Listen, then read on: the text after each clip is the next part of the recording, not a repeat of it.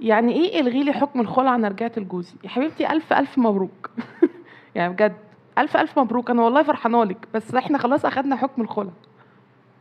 هنعمل ايه يا جماعه؟ دعاوى الخلع بتخلص في اقل من شهر ونص، انا ماليش فيه. احنا بنمشي في اجراءاتنا وبتخلص في وقت قصير، تمام. ومفروض اللي جايه تخلع دي واحده خلاص يعني زهقت من حياتها ومش طايقه تشوف وش جوزها تاني. مش بنقرص ودانهم بالخلع.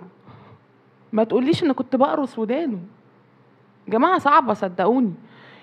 الخلع طلقه بائنه، يعني لازم عشان يرجعك تاني لازم عقد جديد. انتي بقى هتروحي تقولي له ازاي انا خلعتك اكتب لي عقد جديد؟ ما انتي كده قصاد القانون انتي ما بقيتيش مراته. طب انا ما وثقتش حكم الخلع في السجل المدني. حبيبتي حتى لو ما وثقتوش في السجل المدني انتي خلاص اتخلعتي منه.